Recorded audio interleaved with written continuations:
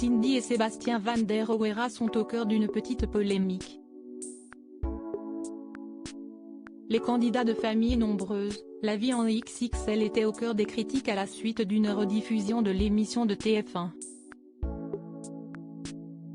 Des commentaires négatifs auxquels ils ont répondu. La famille Van der Roera se plaît à partager son quotidien dans Famille nombreuse, la vie en XXL. Cindy et Sébastien dévoilent leur vie avec leurs 11 enfants depuis la saison 2, en 2020. Et comme d'autres tribus, ils doivent parfois faire face à des critiques à cause de certaines séquences. Même s'ils doivent être habitués depuis le temps, les candidats peuvent parfois être excédés par certains commentaires. Surtout, quand cela concerne un événement qui s'est déroulé il y a bien longtemps. Lors d'une rediffusion, les téléspectateurs ont redécouvert une séquence durant laquelle Cindy révélait qu'elle devait prendre de grosses quantités lors de ses courses, dont du papier toilette. Les rouleaux de papier toilette, on en utilise 36 rouleaux par semaine.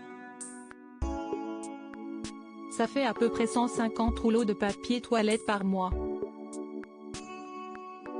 Ça va tenir pour 15 jours, confiait celle qui a fondu comme neige au soleil. Des confidences qui ont agacé de nombreux téléspectateurs. Ils ont accusé la mère de famille de faire du gaspillage et de ne pas respecter l'environnement.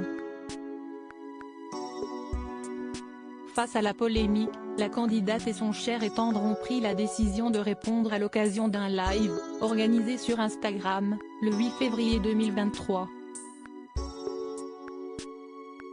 On ne compte pas le nombre de papier toilette qu'on achète. TF1 aime beaucoup les chiffres, mais on ne compte pas le nombre de papier toilette qu'on achète.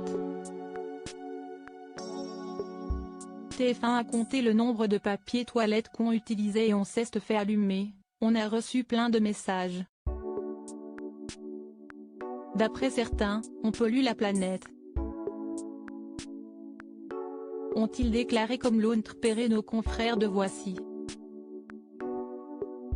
Puis elle a rappelé qu'il était très à la maison et qu'il n'avait pas le choix. Un détail que leurs détracteurs ont sans doute oublié. Nul doute que Cindy Van der Roera et son mari ont pu compter sur le soutien de leurs fans.